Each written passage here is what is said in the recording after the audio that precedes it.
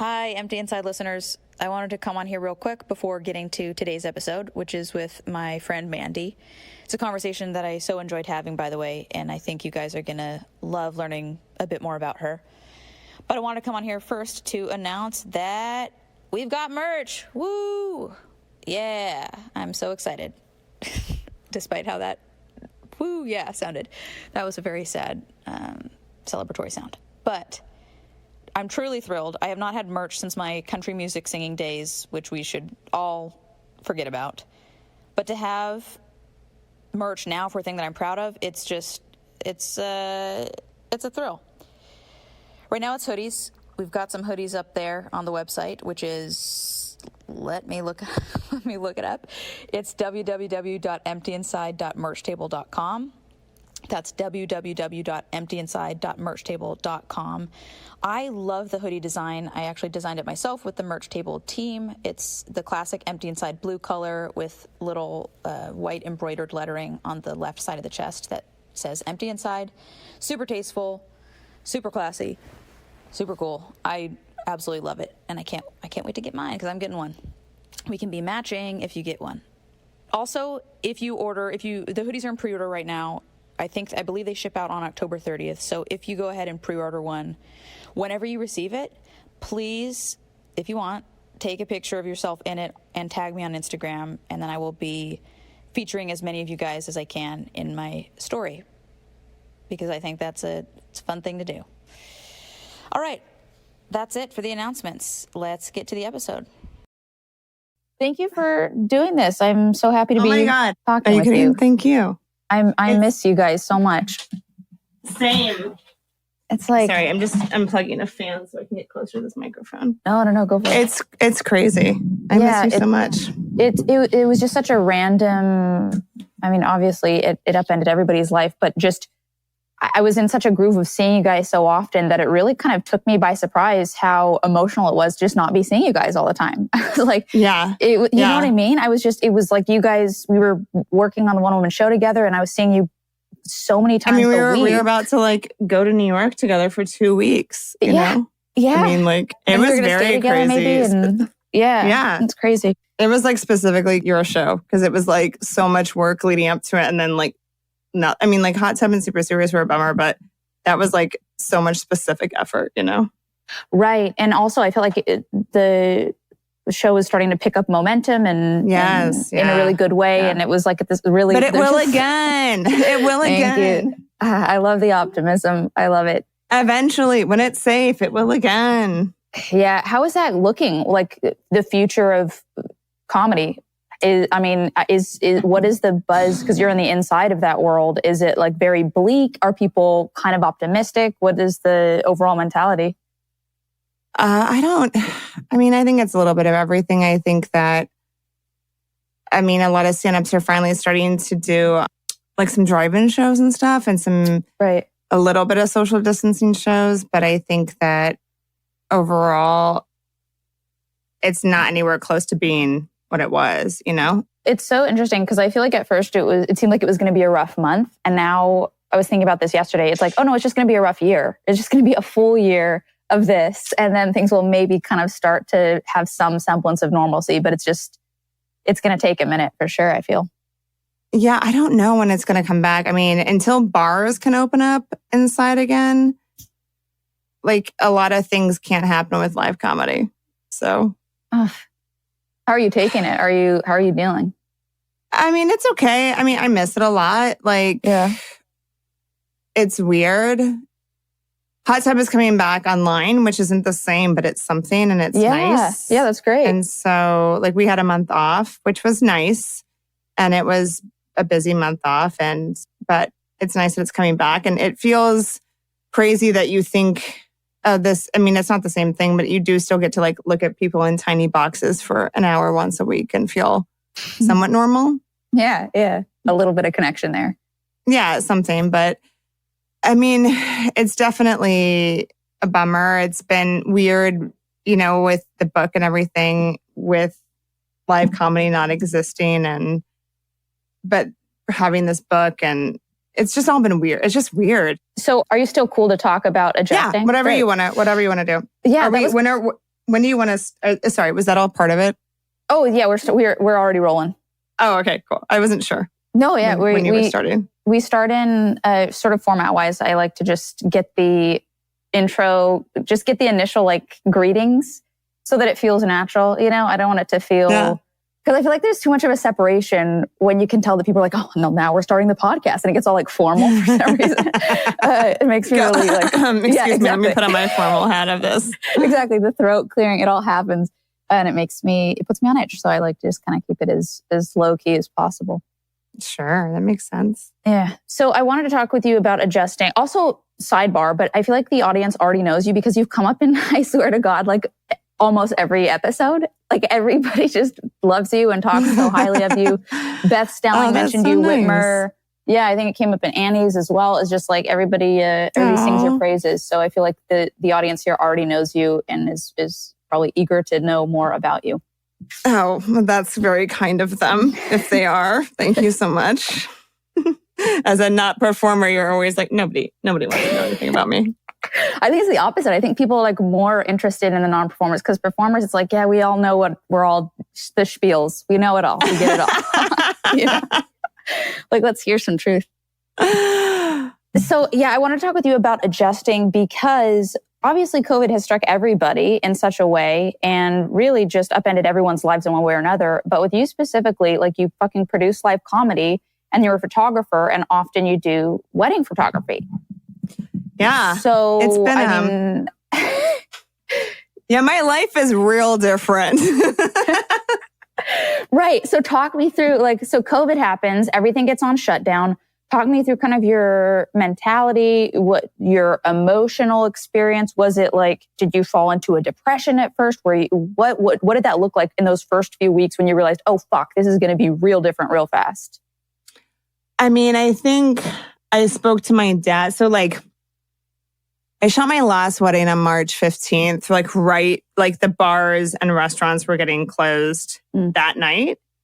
And it was a really stressful wedding. My second shooter and my photo booth operator didn't show because they were terrified of COVID. And we didn't really know. It was also in a time period where like, it was like, okay, wash your hands and don't touch your face. But we didn't really know it was, in the air. Like I think some people assumed, I assumed, but there weren't a lot of precautions. We weren't being told to wear masks, like things like that. So it's like, it was terrifying to shoot this wedding with like 100 people. And the bride and groom predominantly they put out hand sanitizer and stuff. But when I was operating the photo booth, people were getting so close to me and they were so drunk that I like didn't feel safe. And at some point I said I just need you guys all to like step 6 feet away from me. And some drunk, he was too old to be a frat boy, but in a frat boy way said, 6 feet, everyone. Come on, 6 feet. And I was like, fuck off. And now being so far into this, I was like, weddings are super spreaders. Like the one in Maine, I think 45 people came out of it with it. But now there's like over 200 people, from secondary and third and, connections who have gotten it from this one wedding. And there was a wedding that a friend of mine's wife didn't go to, but had friends that went to on the same weekend, and like 90 people from that wedding got it, Holy so shit. I had every right to be completely paranoid and totally terrified. And I was very happy that my second shooter and photo booth operator didn't show up because I only had to worry about me. I only had to worry about my person. I didn't also have to worry that they might get sick and then what would happen to them. So it did feel like somewhat better just being like, I'll shoulder all of this and do it on my own. At least it's just me and I don't have to like worry about apologizing to family members in your life if you get sick. So that was really stressful. So it was like immediately stressful. And then like after that, me and Joel quarantined for 2 weeks, pretty hardcore just to make sure that, in the wedding. And then like everything, our whole life went from being very busy. Like at that time and like 10 days later, we were supposed to all go to New York. And I had one or two more weddings that were supposed to be that month that had already pushed. And I remember at the time, one of them pushed to January and I was like, that's crazy. I was like, January? And now I'm like, oh, is that far enough? I'm currently like, oh, is that one going to have to move again? And then everything just stopped. Like everything canceled. It was like a domino effect, right? Like The week leading up to that wedding was like a domino effect. And then by the time that after I shot that wedding, like everything was done. It was off the table. And my April and May weddings slowly moved. I'd be like, hey guys, you're probably not doing this, right? We should talk. My August wedding slowly, like everything slowly moved from my life. And the first 2 weeks were just really like quiet. I think all the industry just was dealing with emotions and what this means and like, just all the stuff. And like by the second week, we had Hot Tub up and running online, mostly due to Hold the Phone and Jake and Sam in Colorado doing all of the heavy lifting in tech, because Joel and I are not smart enough to know how to do that and have really no desire to learn. So, it's great for when you have people who are good at it and help you. But and so then it was just quiet for those 2 weeks. And then in April, things started to pick back up again with like development and other kind of like things you can do without seeing people. But it was just weird to have gone from like, I'm going to be in New York. I have all these weddings. I have to edit them really quickly so that I don't have to deal with them when I'm in New York. And like planning all the promo for our show and travel and all this stuff. And then just like, and then I had like every weekend in May I had booked. And then like a couple weekends and just like, it was just a bizarre thing. And I think I talked to my dad too close to when it all happened before like, I knew like before they would allow people like me who run your own company and are an artist to file for unemployment. Yeah. I like was talking to my dad and I knew how much money I had. And I was like, oh, this isn't enough. Like I just lost so much money. Yeah. And I don't know when I'll work again. And like talking to him, it was a trippy thing to be like, oh, we just spent like a decade building these companies in our life. Yeah. And this one thing can wipe it all out. Right. That really is the feeling, right? And he was like, well, you can come move here. And I was like, oh, that's not helping. That's not a helpful. Please no. That's not a helpful immediate response to my despair. So did you have like a mourning period? Because for me, it was like, honestly, it hit me really hard. I was so excited about the one-woman show, and working with you guys was such a fulfilling experience for me. And I was like riding high, and then this happened. And for truly a week, probably like 2 weeks, there was some residue, but definitely a week, I was like, I didn't change out of these lumpy, hideous gray sweats and like this teddy bear, like fuzzy hoodie. I watched all fucking 5 seasons of Girls in 6 days. Like it was bleak. I was just eating cereal for every meal. It was a dark time for me. And then I finally like climbed out of it and got back on the horse or what have you. But did you have that sort of a mourning period? It sounds like you just kind of kept going. I didn't have like that specific kind of mourning period. I had a real big mourning period for what I wanted my book launch to be. Like I had this big idea that I would do like a lot of shows to promote it, and like there would be big parties and like the energy and the excitement around it would come from these like live events that I would do with comedians to support the community and to support the book. And I didn't, and I think any author feels this way launching their book that they spent years building during COVID. You don't really know, like it takes away all the things that are traditional and you don't even know like how you're going to do stuff. And I am not a person that before this would have ever done podcasts. But then you're in a position, you're like, that's the only thing you can do to support this book that you've put so much of your life into. And so I had a really big mourning period about that specifically, where I was really like, I was like a brat about it.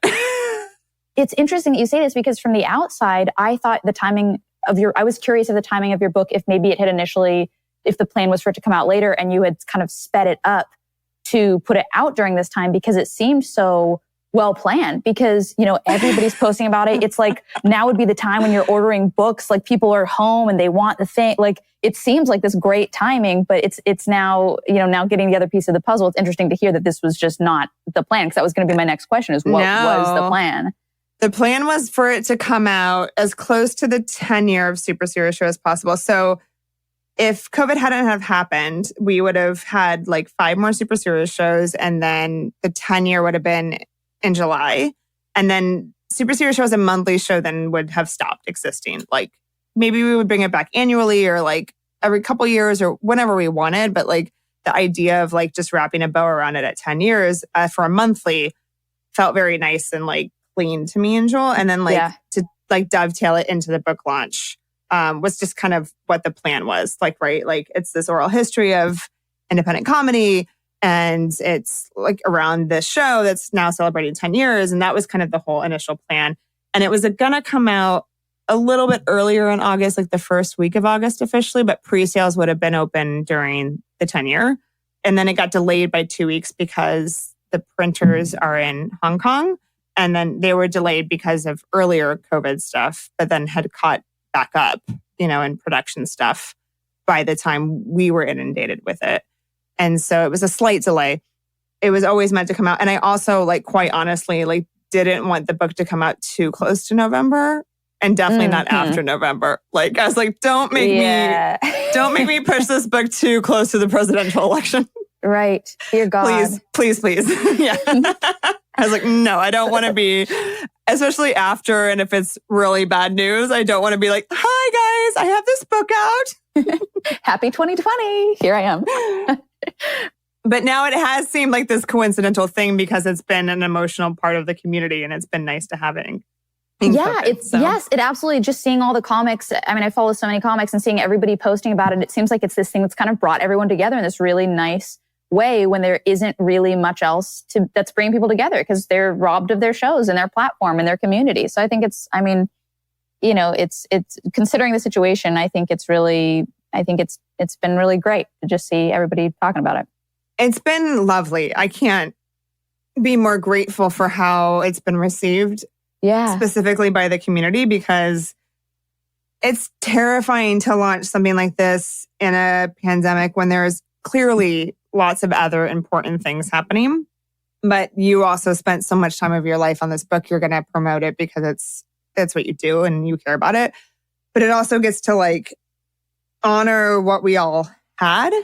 So it's a weird thing because it's like a time capsule of pre-pandemic comedy, and which is a weird thing to have because we didn't know that that's what we were going to have when we started out to make the book. It's like, right. So it's just like, it's very, I think it has an extra special place now, maybe because of the pandemic, and that's nice, but it's also like kind of just a weird coincidence in a way. So for the listeners, can you just kind of give the rundown of what your book is? I posted about it. I'm sure they've seen you post about it, but just in case they haven't. Yeah, it's a oral history of Los Angeles independent stand-up comedy. And it kind of goes back, it kind of centers around a handful of topics. It's done through interviews with comedians. There's about 70 comedians interviewed. And then throughout the book, there's a bunch of photos, portraits taken at the Super Serious show. So that's kind of like the thread through all of it. So all the performers who have been interviewed or in the book have been or worked on Super Serious show in some capacity. And the Super Serious show is a show that Joel and I co-created 10 years ago, which is just a monthly variety show in Los Angeles in the independent scene. And we just put it up all on our own 10 years ago and have done it until COVID. And so the book kind of goes through like an oral like timeline history from what comedians can remember of the scene when they started and at different points throughout since like the 80s-ish. And it also kind of talks about how comedians got into comedy, why independent comedy is important, why the community that surrounds independent comedy is special and different and also important, why comedians keep doing stand-up, especially when it takes so long to become successful, and quite often shows don't pay or are run by terrible people that are annoying. And then just kind of talks about comedy in general. It's all, their interviews are all spread out through the book. It's really meant that you can, it's a coffee-sized table book, and it's meant that you can pick it up and read it straight through, or you can pick it up and read 2 pages and put it back down and still get enjoyment out of it. So, yeah, it's such a fun, easy. A coffee table book. It's like great. I don't have a coffee table, but I have it on my bookshelf displayed for whenever I can have people over again. This is such a broad question, and I feel like I've always wanted to ask you this, but I never have for some reason. But like, what is producing live comedy like? I mean, take that wherever you will, but it just seems like such a specific thing. I'm curious about it. I feel like I don't get what that process is like, because now you're producing this show and will again someday, of where like comedians are constantly, I'm assuming, hitting you up to try and be on it and dealing with, how do we, dealing with maybe rejection, having to reject some people that you really like and that you really want to work with, but just you book up so quickly, I'm sure. And like, how do you navigate all of that and keep the show consistent, keep it where you want it to be? What is that process like? A lot of that rests on Joel's shoulders, and I'm not even going to try to take any credit for a good chunk of what you just talked about. He does a lot of the booking. Like, we talk about it, but he handles a lot of it. I think it just kind of boiled down to, at some point, one of us had to be in charge of it, and it just got kind of put on his plate. We have somebody now named Phil who also helps us with the booking process. And so Joel and Phil will kind of powwow about things. I think it's been nice to a degree for Joel and Phil that the emails have kind of slowed down in COVID to be on the show, because it was a lot. And Joel was very, very dedicated and wasn't always successful, but definitely put in a good effort to answer at least everyone's email, even if it was a no.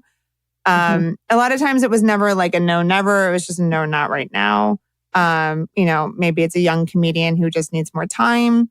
Lots of times you do find yourself booking out your friends like 6 or 8 weeks in advance, because you're just trying to space out.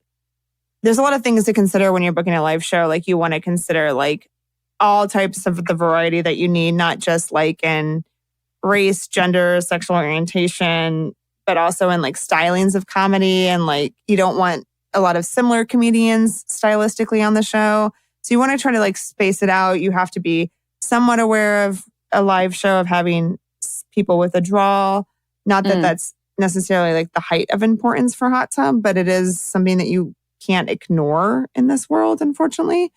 And you also want to try to always make sure you're mixing in new people and young people, because that's important. You want to put value and make sure that, you're always presenting new people and helping curate and showcase new voices. So it's a lot of like balancing that Joel does. And we have a lot of goals in that arena of like diversity, showcasing, being an open door, trying to be a good home for comedians. And then a lot of production, at least in my opinion, is like making a space that comedians feel safe in, that they can try out new material, they can work on, new stuff, they can get a good tape for a late night set if they need to, that they can show up and everything's provided for them, that it's easy, that they're wanted, that we run on time, that we're professional. Like, these people are doing a professional job. Like, their job is being a comedian, even if they're just starting out. And so we've always produced our shows in a way where like, we consider it, it's what we do. It's our profession. And so we honor it in that same way. We start our shows on time. We have lineup sheets. We send out emails beforehand confirming all of the things that you would get with anything else, as far as, entertainment industry is concerned, I suppose. And then just trying to, have fun. Like, do all of that and then enjoy the comedy still. Right. I mean, but you guys definitely do seem to cultivate a sort of very safe environment. Like that was, so my friend Zane she had initially... I love Zane. Yeah, Zane's so great. She sent me your guys' info and I reached out to you to see if you'd be interested in working on the show with me. And we had this great meeting and you guys, came in hot with ideas and like just, it was great. But I also like immediately felt very safe. And I don't feel that very often. Like, I typically am just kind of more wary and very just kind of sensitive to like, does this feel right? I don't know, whatever. But there was just something that felt like I could trust you guys immediately. And I'm sure that helps comedians. No, really. And I'm sure it helps comedians to be able to perform better and be funnier because they're, I'm assuming, more relaxed being in that environment. So it's not like some weird, I'm just sure it can be a lot different out there in the comedy world. So it's really nice that you guys are like bringing that energy into what you do. Thanks. I mean, I hope that's how they feel. It's like, I'm sure, there's always, there's a variety of emotions that everyone can have in life. Can we kind of switch gears now to the photography end of things? And I'm curious because you do weddings and then you also do a lot of comedy photo shoots. And I don't want to put you on the spot too much because I know you've done a lot of both, but do you have a preference? What do you get out of each of them? And what is your approach to each of them? Because I'm sure, it's two completely different versions of photography, I think that like I'm weirdly lucky where like all of my things kind of dovetail into each other, right? So like shooting weddings and stuff, I think keeps you super on your toes. It keeps you really good at working with people that don't live in front of a camera very often, right? They're all people for the most part who are just normal people who won't ever have a professional photographer shoot a lot of things in their life again, you know? Mm. And so they're nervous a lot of time and they don't know what to do and they're scared and not scared, but like, you know, it's a nerve-wracking thing having your photo taken if it's not something you like doing. And so you have a very small window of time to put them at ease and make them, you know, natural in their environment and also get good photos from them and have them laugh and feel comfortable with you.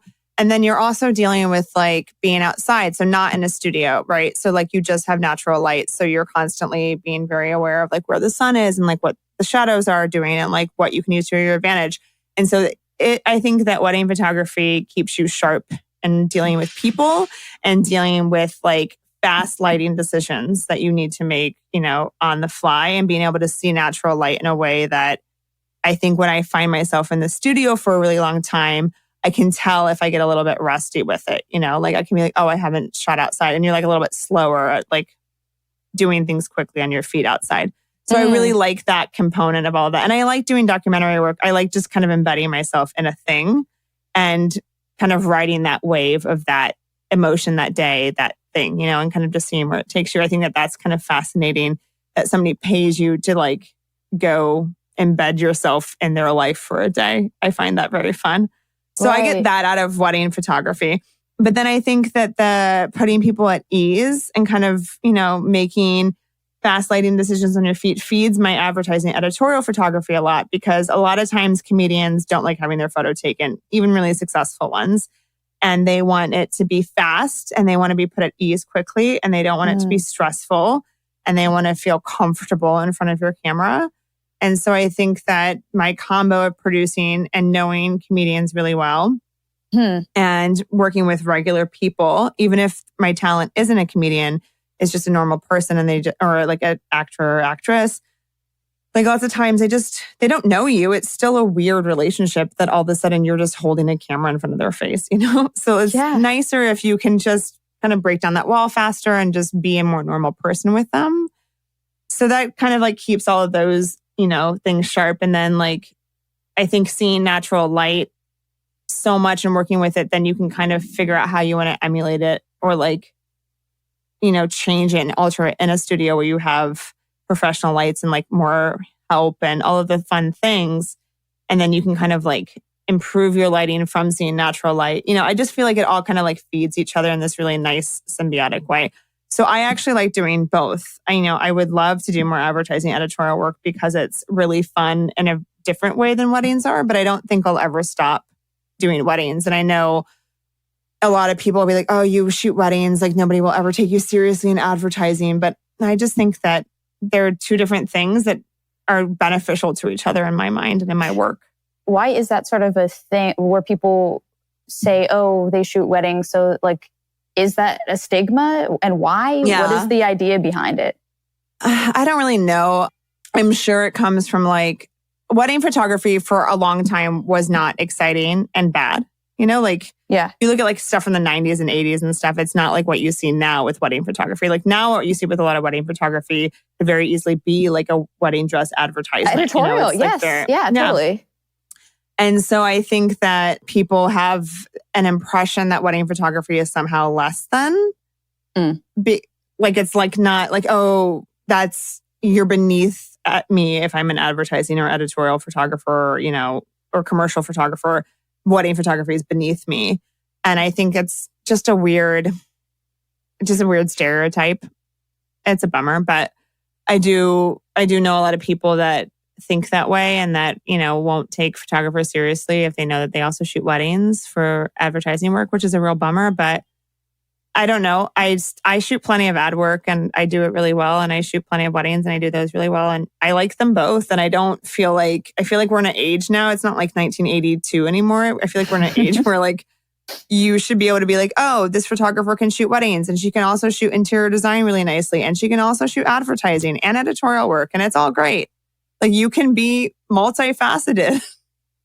Right. Well, it's interesting because so many other fields, it's like the multi-hyphenate thing is like a great point of interest, and people don't want, if you just do one thing nowadays, it seems like, no, like too minded, too singular, like let's expand a little bit. So it seems like it would be something that would get people really excited. And I'm sure if people aren't, it's just like, cause they're behind the times and, Yeah, you would think. And so I just try not to stress about it, overall, because I'm like, it doesn't really, at the end of the day, if that person like thinks less of me because of that, then I don't really want to work with them anyway. There you go. God, teach me your ways. That's good.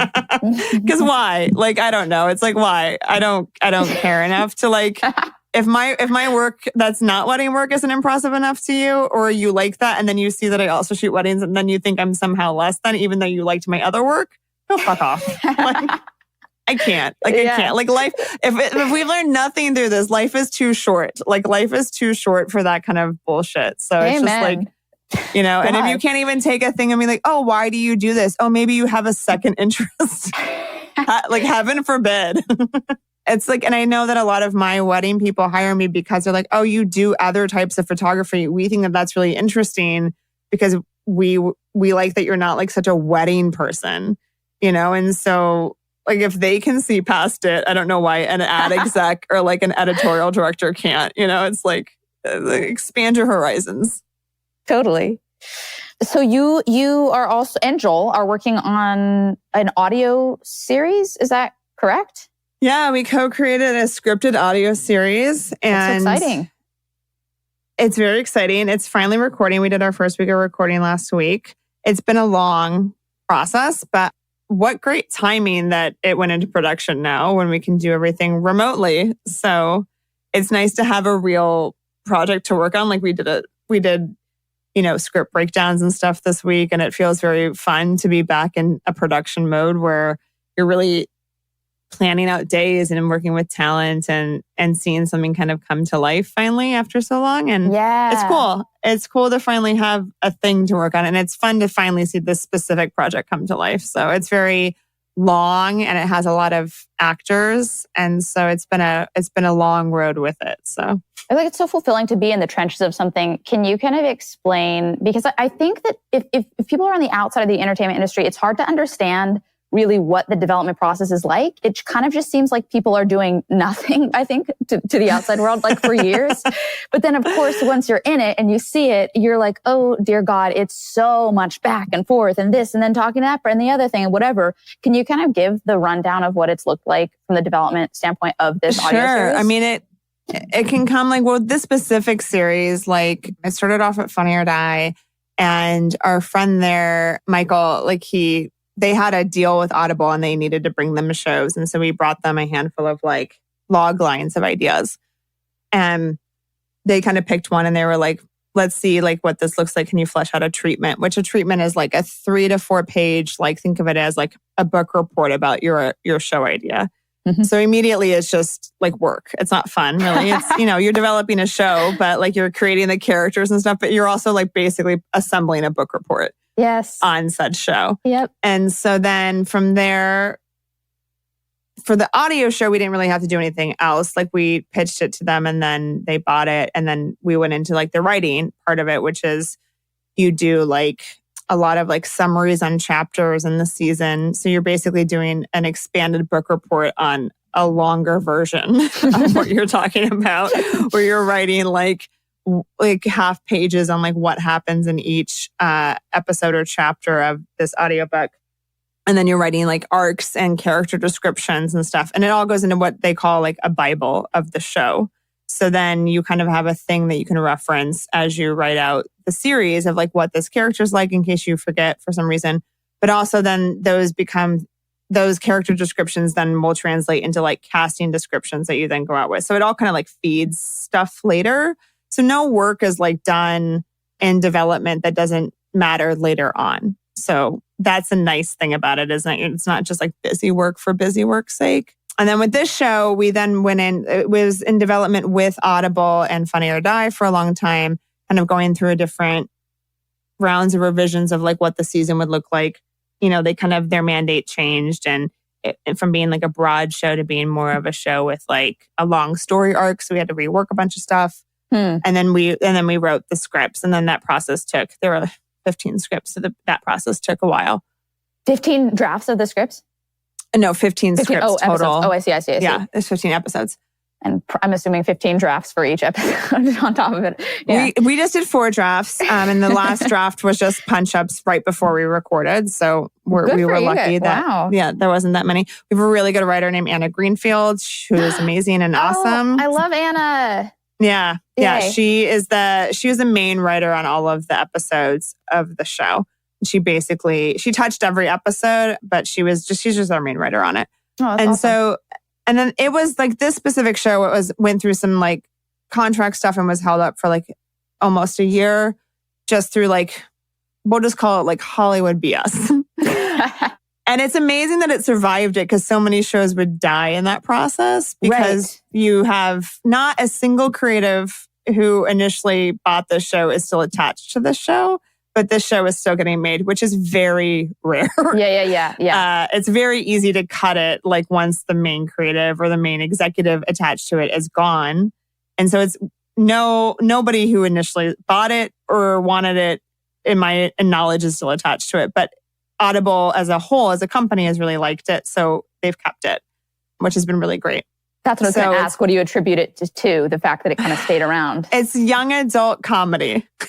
I just don't think a lot of people are writing that for scripted audio. And so I think they were really excited about it because it's they can market it towards anybody, any age group. Yeah. So like anybody can listen to it. I think that I find it very funny, and I'm 38. But I also think that somebody who is 16, who is the age of our lead, would also find it very funny. I think somebody who is 14, 13, or 12 would also like it. So it's about a teenage girl who becomes a medium, and kind of her process of dealing with that and figuring out how to use her medium powers. And like her parents don't believe her, and then stuff happens. I don't want to give the whole show away. That's so fun. But it's so I think that it's very funny, but it's also very approachable from multiple age groups. So I think that was really its saving grace at the end of the day, and why everybody was very excited about it, which is great because it's a very fun show and I love it. But so normally with other development, TV development and stuff, there's a longer process of like building out a pitch and a pitch deck, which is several pages that basically it's like your book report with pictures to send to executives to look at, because it makes it more fun to look at it. I mean, who doesn't like to like look at pictures while you're reading stuff? But it also helps to paint like the tone and like the style of what you're presenting. So it gives you as an artist a chance, and a creator as a chance to be like, I'm giving you these photos from this movie or this TV show to illustrate the vibe and the energy that I want in this show. And so it helps you paint the picture a little bit too. So there is like that benefit to it. And then there's like the text you put in that document in your very long book report that you give to them. But then there's also like an extended version that you do that you kind of script out to have a very natural pitch in the room of like what the show is in a concise way in 15 minutes that is fun and lighthearted and, off the cuff and natural and all of that stuff. And all of this stuff takes ages. And nobody makes any money doing it. Yep.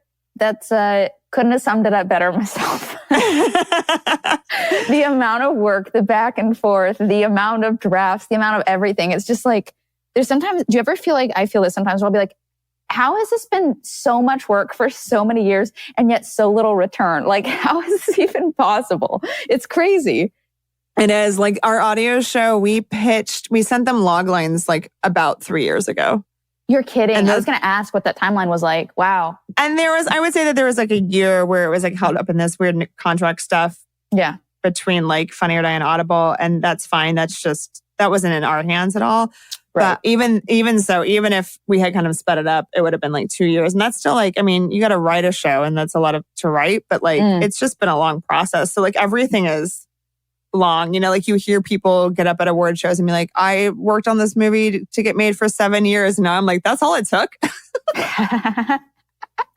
Right. I mean, I'm like 7 years feels like what everything takes in this town. So I don't know. Yeah. So you just have to be really patient and like know that you're doing good stuff and get enough wins that you feel like it's like you're still headed down the right path, you know, like you don't want to feel crazy. Like, am I doing all this work in vain? But then you meet good companies and you meet good people and they say good things about your stuff and maybe it doesn't quite work out, but you get enough feedback in some capacity to know you're not insane. I think that's a really good point because I think it's difficult to navigate as an artist, in quotes, whether like at what point you've had enough wins that you're like, okay, I'm validated enough that I'm not delusional in doing this. And so I should keep doing it versus like, okay, maybe not enough wins and I should go be an accountant. Like it's difficult to navigate that. I feel like it's a thing that we all are constantly dealing with. Yeah. I mean, even if you've had a few wins and then nothing happens, right? Like you can be like, oh, is that it? Is that all I get? Yeah. Is this pile of wins that I have here? Is that it? That's it for my life? Right. Is that my mark? And do I like that mark? No, I probably don't. Okay. Like, am I a one-hit wonder in this world? Like, right. Oh, these are the struggles of everyone in Hollywood, huh? Yeah, it is an interesting thing. I mean, you just have to, I mean, like I just tell people a lot, like sometimes you just got to put your head down and do the work and it's not sexy and it's not fun and it's not parties and it's not, you know, it's not glamorous, but it's, you just got to put your head down and do the work. I mean, and then you can't get anything without doing that part of it, you know? Absolutely. And almost finding, for me, I feel like it's been really helpful to find instead of worrying about outcomes, like literally setting those to the side and really just focusing on, it sounds so fucking dumb, but like the process and making sure that how, you know, an athlete's going to go hit the gym or whatever, hit the gym. I've never said that in my life. I'm going to go like hit the gym. Lift the weights.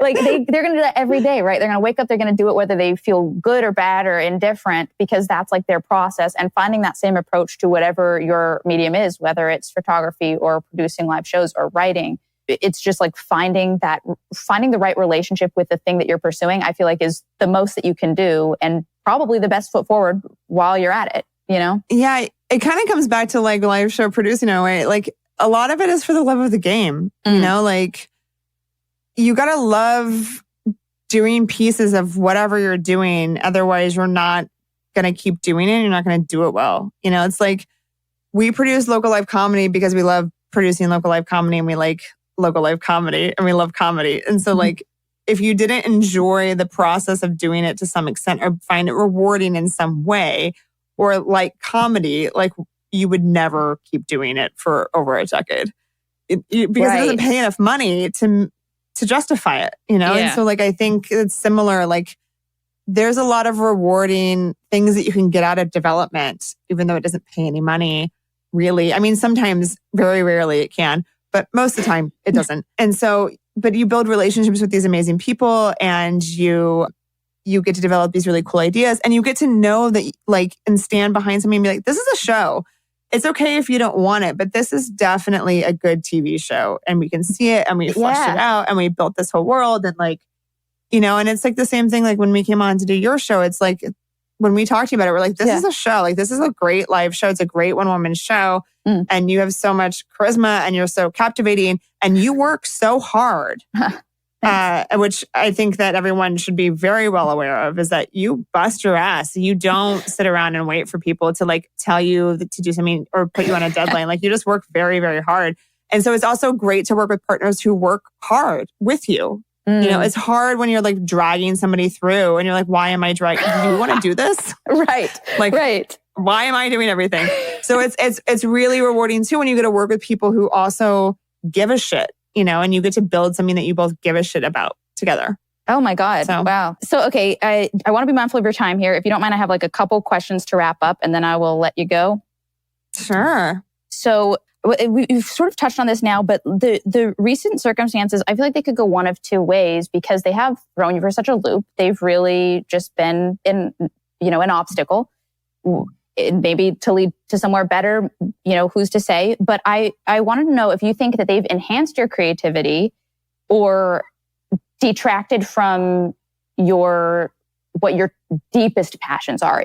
I guess I don't really necessarily think in those terms. Like this has been really interesting. And I think it's been an interesting growth period for me as an adult, like having to like pivot and like make the in my head, like have a mourning period of what I envisioned this book launch to be and kind of just put it to bed and like move on and like find joy and really greatness. And like, I didn't know this would happen, but I get so excited when a stranger posts about the book or messages me.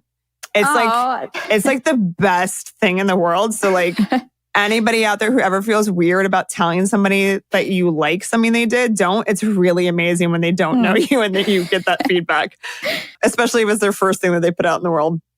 But I think that, as far as like, I miss shooting a lot, I miss having shoots. I've done a couple things in this time that have felt good. I've been brainstorming a few other things. I'm trying to find ways and more people who want to do safe shoots, like we've talked about doing something again together, which sounds very fun. I've been going through a lot of old work. Like when I do shoots, sometimes you don't get to really have the time to go through and like edit out other selects other than the main ones that you like, or like, you shoot as a photographer, you're always kind of shooting, at least I am, like a handful of like series that you're like, oh, like I find this interesting. And, then I shoot a little bit on this trip or shoot a little bit here or shoot a little bit there. And so finding time to like go and pull those all together. And, you're just trying to like give yourself little projects and stuff, but it's not quite the same. I definitely miss working, not just because of the money, but because of, being busy and, just creating new work is really fun and challenging and trying to see things through different people's point of views or like help create what their vision is or whatever that is. It's like, it's a really fun thing to do it and to think outside the box and it's challenging in its own way. And then this has been challenging in a different way. And I seem to still be constantly, fairly busy and busy enough to not like just slack off all the time. So that's good. I've managed to find a way to keep myself, I'm not necessarily making any money keeping myself busy, but I found ways to keep myself busy. But, it's, as an artist, I think the most terrifying thing about this time right now is wondering how it's a long game, but it's wondering how long can you keep living or doing what you're doing now without the return of your normal income, and because you don't have the same avenues and capacity, and it's just an interesting place to be in after so long of building a career and companies, and like really working hard at it to kind of be like, how do I shift this and how do we navigate this and how do we survive and how do we survive long enough and like what is long enough? Like what is really going to be long enough? Like when is it really? Because a lot of it is out of your hands. Like I can't shoot weddings until people can have weddings again, or my clients feel comfortable. I mean, I've done some elopements and stuff, but like a lot of them are, next year, pushed to next year. And then a lot of people aren't booking weddings because they don't know when they'll be able to have a wedding again, safely for all their friends and family. And I know some people still are having huge weddings and that's terrifying. But, and then like for advertising shoots and stuff, like a lot of them just aren't doing them. It's like, it's not like my decision about when that comes back. So like kind of trying to find a peace with that because there isn't really anything I can do to make that happen faster. I mean, I'm doing everything I can. I stay home. Like that's what I can do. So I stay home in hopes that other people will also stay home and we can find a therapy and like people wear masks and we can all have some semblance of normal life again someday. So I do what I can do, which I've been told is to stay home and not get COVID and not spread COVID. But other than that, a lot of these decisions are out of my hands and it feels terrifying in a way because it feels very powerless. But also I just try to refocus back on the work and like, what can I do now? How can I self-generate? Like that's all you can try to do is keep doing things to propel yourself forward. I don't know how else to live my life at this point. So that's fucking what else? Man? I don't. I mean, like I can't, I'm not the personality that can like just give up. Yeah. So I've worked too hard. So the only thing I can keep doing is, I mean, maybe I'm working in a vacuum of delusion. I mean, our entire state's on fire. Global warming is, I'm like aggressively progressing, but like, I still can't help just putting my head down and being like, I think I have a series here that I want to do about blah, blah, blah. Like, I think if I pull these photos from these 10 years, like, I really like, I've been tracking this thing subconsciously. Like, I can't help but do that still. So, I don't know. No, man, I love that because it's like, I admire that. I definitely swing into the like, I'm giving up for much lesser things than global pandemics and such. Like I've given up under much lower stakes. But then I always, like a week later, I always come back to, well, but there's this book idea or like whatever it is. And I think that, like we need that. We need something that gives us that hope and that gives us that sense of worth and whatever it is for anybody. It's like I hope everyone's got that. I feel real bad for people who don't have a thing that they're. I still Google gas masks in the middle of the night because I wonder when I'll actually need one in my life. I think I will need one at some point in my life. And I like wonder, like, I'm like, should we have like a plan of like how we might live off the grid for a year? Like I have like crazy, like they're not crazy thoughts, I think nowadays, but like, I think that it's normal to have those, but then wake up in the morning and be like, well, I still want to keep doing art and I still want to keep making things. So I'm going to keep doing that too. But I'm going to keep all these search tabs open about like how to survive in the woods. It's so funny. I was telling Ari last night, I was like, so what do we do if the wildfires get real bad? Like which state should we go to? Are we going to do like a tiny home? Like how are we doing this? Like I have to have that plan prepared so that I feel safe. It's almost like I need to feel like I know how to deal with life no matter what happens, especially now more than ever, in order to be able to think creatively in any way, shape, or form. I've spent so much time during this pandemic researching all the different ways that Joel and I could live, like in a tiny home, in an RV. How do you renovate an RV? Like, what does that even look like? Like, is that something that I could handle? Like, could I wrap my brain around it? Like, I've researched the different types of RVs. Like, and it's been long hours of stuff. I was doing this when I should have been retouching super serious reports. I know, but it also made me feel like at least I have this I'm as a producer side of my brain. It's like, at least I have this information. Like, at least I'm not like, what could that look like? It makes me feel somewhat slightly more prepared that I at least have a vague knowledge of choices. No, 100%. I will send you some tiny home links. I've got many of them. We can really nerd out about this because I have a very big bookmark page on this. Oh, I'm so excited. All right. It's been so fun talking to you. I miss you and Joel, and I can't wait to see you again whenever we can see each other again. I'm dying for it. I agree. Hearing your voice for an hour has truly just been lovely. Oh, thanks, man. It's been the best. All right. I think we are good to go. Let's